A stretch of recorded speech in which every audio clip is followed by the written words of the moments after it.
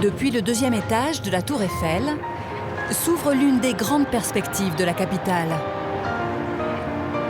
Avec au premier plan la Seine, les jardins du Trocadéro, le palais de Chaillot et au loin, le quartier de la Défense. Ces lieux sont emblématiques de Paris. Pourtant, bien peu d'entre nous en connaissent l'histoire. Quand j'arrive là et que je vois ne serait-ce que l'ombre de la Tour Eiffel qui s'étend sur Paris, le palais de Chaillot, la Seine, je me dis que c'est quand même une très belle ville. Mais c'est une très belle ville parce que tout ça, c'est un paysage organisé. Il y a eu des décisions politiques qui ont été prises, des choix esthétiques, et ça a demandé plusieurs générations. Et en particulier, plusieurs expositions universelles, parce que le palais de Chaillot, la Tour Eiffel, le Champ de Mars, le point commun, ce sont les expositions universelles. En 1878, le pavillon d'une grande exposition universelle voit le jour sur le Champ de Mars. La Tour Eiffel n'est pas encore construite, mais pour l'occasion, on ouvre une grande perspective en traversant la Seine. Le pont d'Iéna est élargi, et sur la colline de Chaillot, le palais du Trocadéro apparaît. Le palais du Trocadéro, c'est l'ancêtre de l'actuel palais de Chaillot. De style mauresque, le bâtiment central est dédié au spectacle. Il peut recevoir près de 5000 personnes. 1889, nouvelle exposition universelle. La Tour Eiffel vient compléter le tableau. La perspective est achevée. Elle restera inchangée pendant plus d'un demi-siècle. 1936. Les actualités cinématographiques s'intéressent au palais du Trocadéro, car il va disparaître. Démodé, il doit laisser sa place. Paris s'apprête en effet à accueillir un événement mondial, l'Exposition internationale des arts et des techniques. À la place du palais mauresque, on bâtit l'actuel palais de Chaillot. Il abritera notamment le futur musée de l'Homme.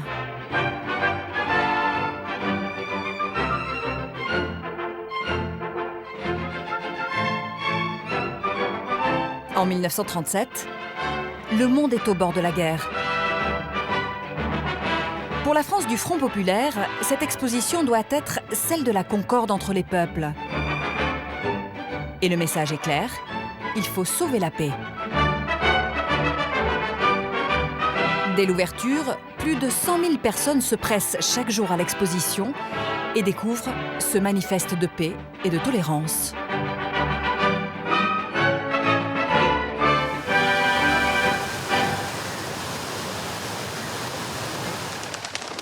Nous sommes au cœur de l'exposition internationale de 1937, y compris dans sa dimension philosophique, une sorte de propagande humaniste. Un exemple ici, la jeunesse, derrière la joie de vivre. Là-bas, vous avez une série de statues qui nous disent nous allons pacifier l'univers. Il s'agit de dire que l'homme est la mesure de toute chose, que la paix doit régner entre les peuples. Là-bas, vous avez Hercule qui est la force, mais la force tranquille, qui dompte une sorte de bison. Là, vous avez Apollon, la culture, qui soumet une sorte de méchant serpent. Et au même moment, vous avez ici même le pavillon de l'Allemagne nazie, et juste derrière, le pavillon de l'Union soviétique qui se font face. D'ailleurs, on a dit que les organisateurs avaient fait exprès de leur donner deux emplacements qui se faisaient face. Et le public a compris le message, mais 5 sur 5. Tel un mur, l'énorme pavillon de l'Allemagne nazie semble vouloir bloquer l'avancée des travailleurs soviétiques. Les deux géants de l'époque se livrent ici un combat symbolique qui annonce déjà la catastrophe à venir.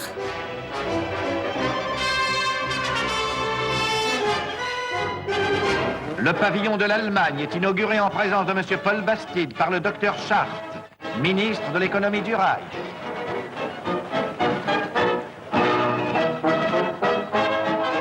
On fait pourtant encore semblant de croire au pouvoir de la diplomatie.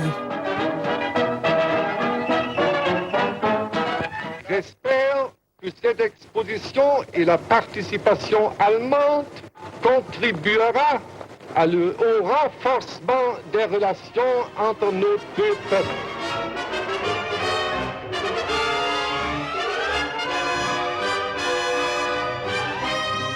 Trois ans plus tard, les dés sont jetés.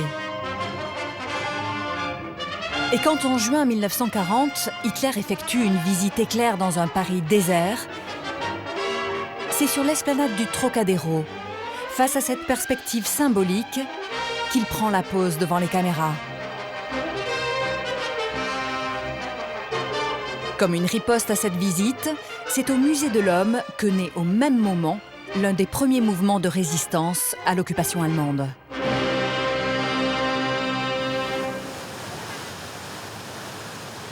Au lendemain de la guerre, le palais de Chaillot n'est plus en vogue. Son architecture est devenue en quelque sorte incompréhensible. Certains ont dit, quand vraiment la réputation du palais de Chaillot était au 36e dessous, on a dit c'est une architecture, une sculpture fasciste. Certains ont dit stalinienne. Bon, dans les deux cas, c'était péjoratif. C'est, à mon avis, très discutable. C'est l'architecture, c'est la sculpture que l'on fait à l'époque partout, y compris dans les démocraties, à Londres, à Washington, à New York. Visiter le Rockefeller Center, c'est ce genre d'architecture. Là, on est à l'apogée d'un classicisme qu'on redécouvre. Donc je pense que c'est maintenant un type de bâtiment qu'on peut mieux comprendre et personnellement, je m'en félicite. Depuis quelques mois, le palais entame une nouvelle vie. Dans l'une de ses ailes, une institution de Paris vient de renaître. Après 6 ans de travaux, le Musée de l'Homme rouvre ses portes. Dans des salles entièrement restaurées, il propose au public des collections uniques au monde.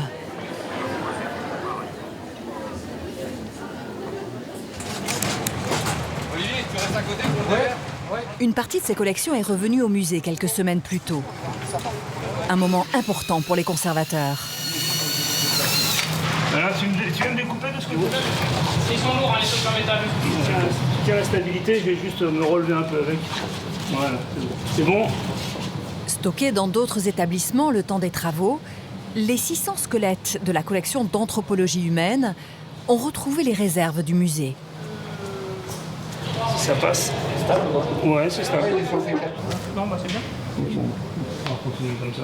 Le musée de l'Homme, c'est le musée de l'humanité. C'est un des plus grands musées anthropologiques du monde. Donc il a une collection de restes humains considérable, extrêmement précieuse à tout point de vue. Ce ne sont pas des objets, ce sont des personnes, ces restes humains. Donc ici, nous sommes dans une espèce de nécropole. Pour nous, des squelettes humains comme ça de toutes les époques, c'est une archive de l'humanité. Dans le squelette, il y a, le contenu représente tout ce que la personne a vécu, de maladies, de régime alimentaire, etc. Et donc pour nous, c'est vraiment une archive. Dans cette boîte se trouve l'une des pièces maîtresses de la collection. Le crâne du mathématicien et philosophe du XVIIe siècle, René Descartes. À sa mort, une partie de son squelette fut volée, avant d'être retrouvée des siècles plus tard dans une collection privée et donnée au musée.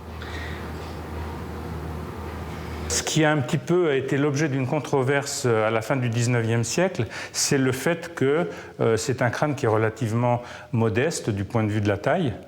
Et donc certains émettaient des doutes sur la réalité de l'identification en tant que Descartes.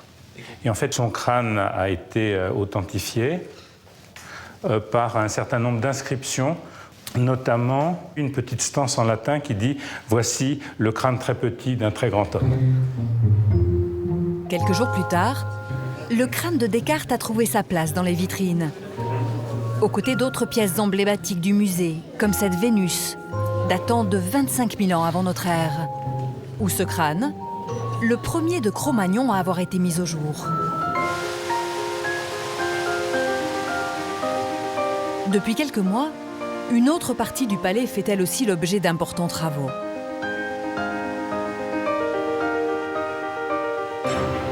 Bientôt, ici sous le parvis, une nouvelle salle de spectacle verra le jour.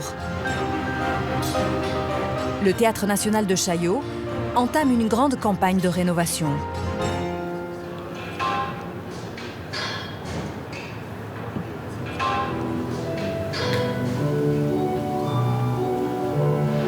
À l'intérieur, rien n'a changé depuis 1937. On découvre encore aujourd'hui un univers art déco unique à Paris.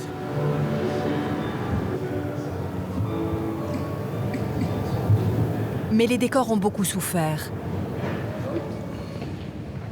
Un état des lieux est en cours pour déterminer l'ampleur des travaux à mener.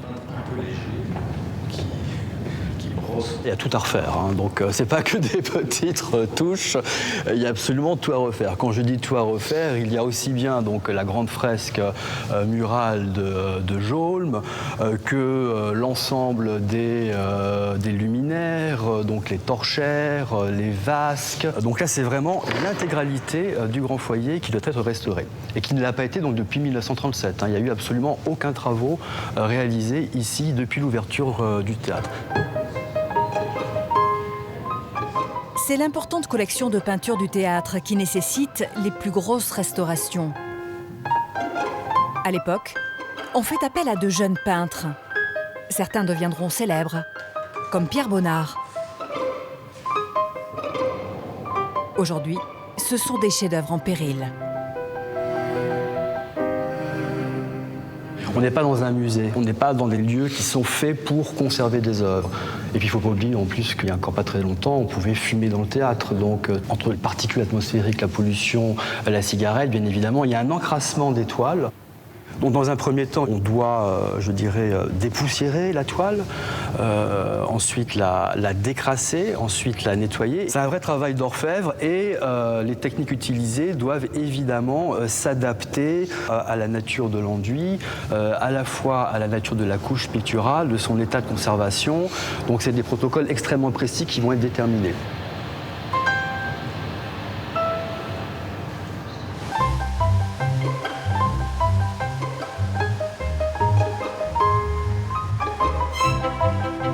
En prenant de la hauteur, derrière le palais, apparaît la colline de Chaillot et une partie de l'actuel 16e arrondissement. Difficile d'imaginer qu'il y a encore 150 ans, tout ceci n'existait pas.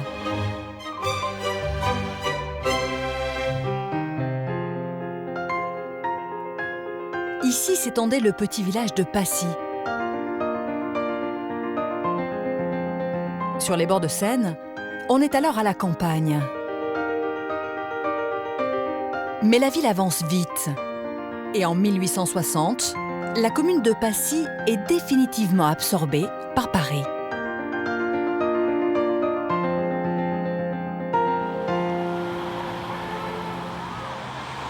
Aujourd'hui encore, dans l'architecture du quartier, on peut lire cette mutation urbaine. Nous sommes à la place du Costa Rica. On est vraiment à la séparation entre Chaillot avec le Trocadéro et le village de Passy. Vous avez ici des très grands immeubles assez beaux qui datent de 1899. Et ensuite, c'est vraiment un cas d'école, c'est-à-dire qu'on avait des immeubles de 1899 et ensuite vous passez ici, vous arrivez 1909, puis 1911, 1913, 1918, 1921. On voit véritablement Paris qui grignote progressivement Passy. Avec le succès des expositions universelles, la colline de Passy est à la mode. La bourgeoisie s'installe dans ces nouveaux quartiers et chaque année, des immeubles sortent de terre. La construction s'arrête évidemment pendant la Première Guerre mondiale et reprend juste après. Nous sommes ici en 1921. L'immeuble suivant, c'est 1924. Paris continue son action mécanique pour avaler progressivement Passy. On est presque au cœur du village. En remontant le boulevard, on découvre ce qu'il reste de l'ancien village de Passy. Quelques rues préservées à l'atmosphère particulière, comme la rue Berton. C'est une rue absolument charmante, puisque là, on a vraiment l'impression de plonger complètement dans le temps. Donc vous avez ces bornes en pierre ici pour se protéger quand les carrosses arrivent, parce qu'effectivement, si les roues arrivent, elles se brisent. Donc c'est aussi une façon de se protéger, une protection physique des piétons. Et vous aviez autrefois, on le voit encore un peu plus loin, ce pavement qui est légèrement en creux et qui, lorsqu'il pleut, permet de comprendre l'expression tenir le haut du pavé, puisque l'eau coule au milieu et les personnes les plus importantes sont sur les côtés avec les pieds au sec. Au bout de la ruelle, cachée dans les arbres, Une petite maison à l'apparence anodine. Ces murs ont pourtant servi de repère à un écrivain de génie. C'est ici que pendant 7 ans, Balzac se cache, fuyant ses créanciers. Honoré de Balzac vient à Passy parce qu'il est obligé de quitter son domicile. Les huissiers menacent d'attraper tout son mobilier et donc il va déménager. Il est caché ici, c'est vraiment pour lui un lieu où il reçoit d'ailleurs pratiquement pas, parce qu'avoir un 5 pièces à Passy en 1840, c'est très chiche. Donc ici, il a peut-être reçu une dizaine de personnes en 7 ans, c'est presque rien. Honoré de Balzac va vivre à Passy une vie de forçat littéraire. Son quotidien est rythmé par l'écriture, parfois jusqu'à l'épuisement.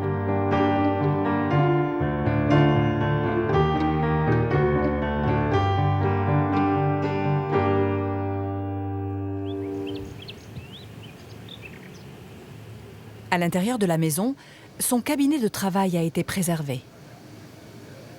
C'est sur cette table, en général la nuit, que Balzac travaille. Balzac a des horaires de fou. C'est-à-dire qu'il arrive à minuit. Donc à minuit, tout le monde dort, il fait nuit. Balzac se réveille, il va à sa table, il a sa cafetière avec un café certainement hyper concentré, son papier, son encrier, et là, il va travailler de minuit à 8h du matin. Et là, on touche du doigt le processus romanesque, l'écrivain, dans cette petite pièce, la nuit, qui va faire des présentations d'une précision qui paraissent incroyables de son univers imaginaire. À quelques mètres de la maison de l'écrivain, un hôtel particulier discret témoigne d'une autre période de l'histoire de Passy. C'est un lieu qui ne se visite pas, car en passant ces grilles, nous pénétrons dans la résidence de l'ambassadeur de Turquie. Voici l'hôtel de Lamballe.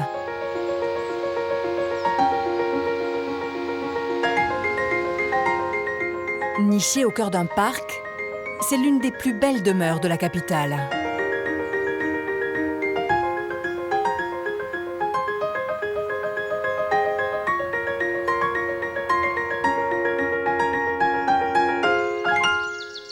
Nous sommes dans un de ces endroits merveilleux qu'on n'imagine absolument pas de l'extérieur, où l'on profite complètement de la verdure, on est au calme. Et là, nous avons une vue magnifique sur la plaine de Grenelle.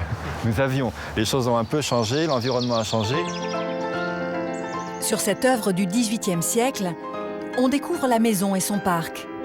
Il s'étend jusqu'à la Seine, avec une vue dégagée sur la rive gauche de Paris. Passy est alors un lieu de villégiature pour les riches aristocrates. En 1784, la bâtisse est rachetée par une grande dame de la cour de Louis XVI, la princesse de Lamballe. C'est elle qui donne son nom à la maison. La confidente de Marie-Antoinette se réfugie dans cette demeure des bords de Seine, loin des tourments de Versailles. Aujourd'hui, l'hôtel est une réplique de l'original. Car dans les années 20, il menaçait de s'écrouler. Les nouveaux propriétaires l'ont alors rasé et reconstruit à l'identique, en conservant l'esprit de l'époque. Voilà, alors là, nous entrons dans ces pièces de réception tout à fait caractéristiques de ces grandes demeures du XVIIIe siècle. Nous sommes ici, en fait, exposés au sud. Nous sommes vraiment dans une demeure de vacances, en quelque sorte. C'est à 3 km de Paris. Et vous avez ici, en effet, toute une série de pièces de réception. Normalement, les chambres ne sont pas au même niveau du tout.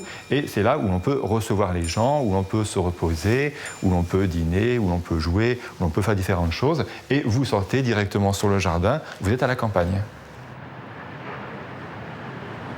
Au pied de la colline de Passy, voici l'un des ouvrages les plus emblématiques de la capitale, le pont de Bir Hakeim.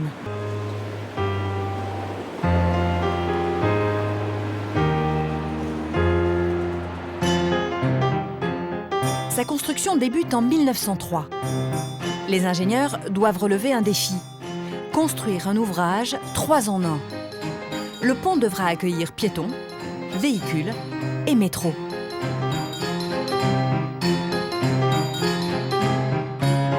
Une structure en acier permet d'alléger l'ouvrage et de créer 2 étages. Le premier pour les automobilistes et les piétons. Le second, un viaduc, accueille le métro.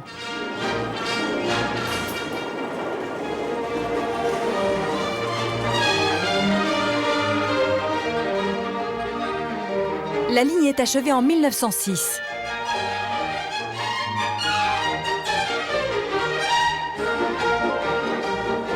Grâce au pont de Bir Hakeim, la rive gauche est maintenant reliée à la colline de Passy.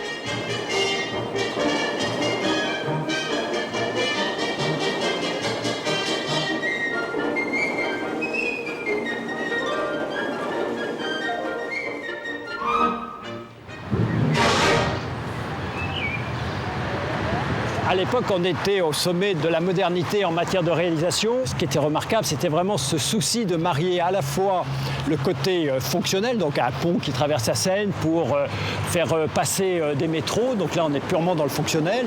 Et en même temps, ce souci et cette envie que ça soit élégant et que ça s'insère parfaitement dans le Paris de l'époque avec des ouvrages très façonnés, très sculptés, stylisés. Et on s'attache aujourd'hui à maintenir ce qui est un véritable patrimoine, à tel point d'ailleurs que ce viaduc est classé au monument historique.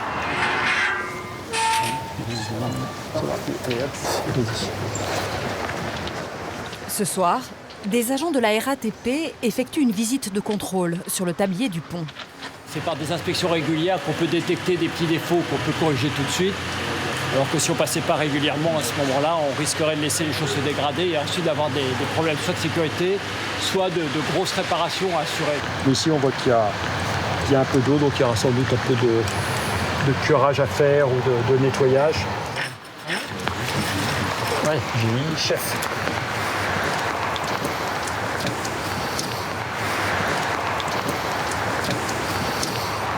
C'est totalement magique d'être au-dessus de la Seine en pleine nuit comme ça et d'avoir toute la voie du métro libre pour pouvoir se déplacer et de bénéficier en même temps de cette vue nocturne de Paris qui est largement aussi superbe que la vue qu'on peut avoir dans la journée avec la grande ombre de la Tour Eiffel. C'est vraiment très beau et ça fait partie des petits plaisirs dont on profite tout en faisant notre travail. C'était le travail de fond, là. Cette nuit, les agents doivent également inspecter la structure en pierre de l'ouvrage.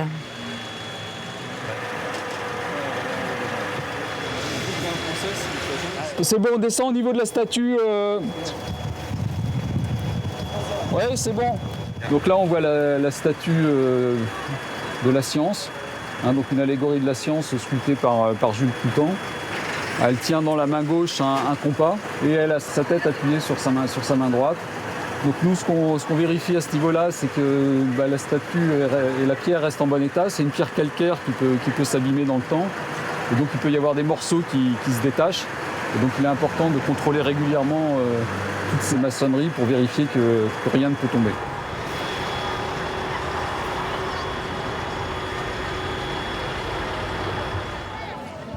Sous la colline de Chaillot, il existe un lieu hors du temps. Ici, vivent dans l'obscurité des centaines d'espèces marines. L'Aquarium de Paris est lui aussi un héritage des expositions universelles.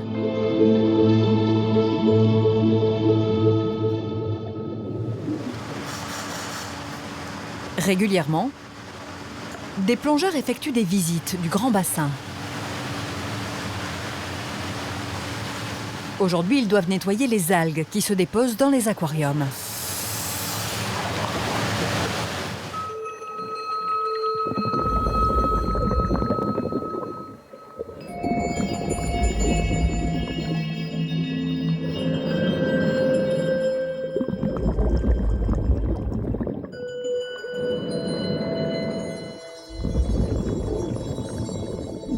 Derrière cette vitre de 30 cm d'épaisseur, 600 000 litres d'eau.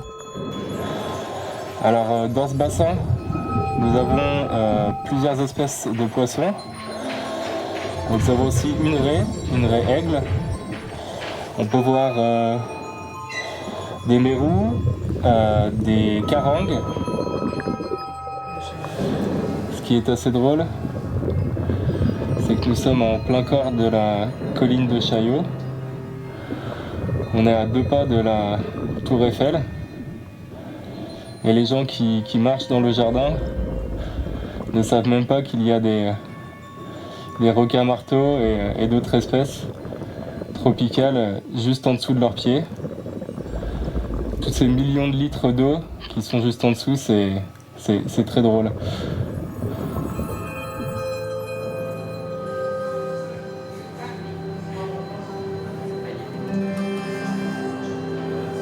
Cela fait plus d'un siècle que des passionnés entretiennent ces bassins, ici au cœur de Paris.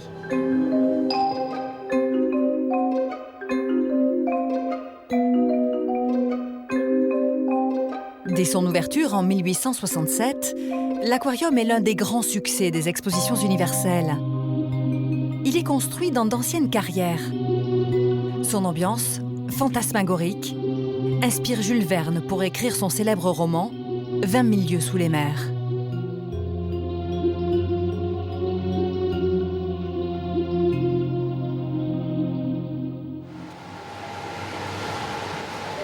Cet après-midi, dans les coulisses du bassin des requins, une capture se prépare.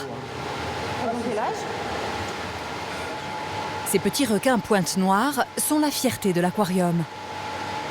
Ils sont nés ici il y a quelques mois.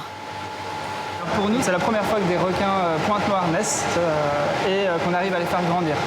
Et d'ailleurs, on a de la chance, c'est la première fois en France qu'on fait une reproduction de requins pointe noire. C'est pas courant, oui, c'est vrai que on est ici en plein cœur de Paris et puis voilà, il y a des requins et ils se reproduisent, donc voilà, nous on est très contents. Pour éviter la consanguinité, un échange de nouveau-nés est organisé avec l'aquarium de Brest. Non, ça va pas être une pêche facile là.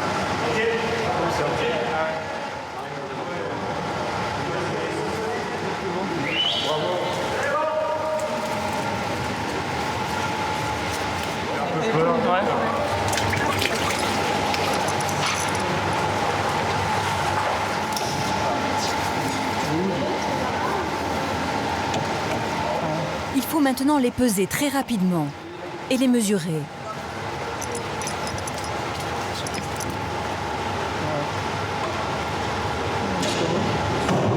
Au moins 70.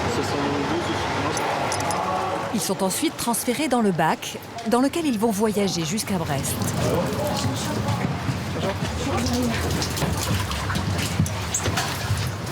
Ça va, c'est super. Ah si c'est bon là. Non, c'est super, tranquille. Un peu stressé. Bon, elle va un peu taper au début, c'est normal. Non, ça va quand même. Hein. C'est sport. Toujours. Ah non, on est un petit peu rassuré de la voir se comporter. Elle tape pas trop dans les parois, c'est bien. Ok. T'inquiète. C'est bien rasé. Voilà, ils sont partis. On est triste un peu quand même, hein, mais bon. Ouais, on est super contents qu'ils aillent à Brest en tous les cas. On est juste triste de les voir partir, c'est nos petits bébés.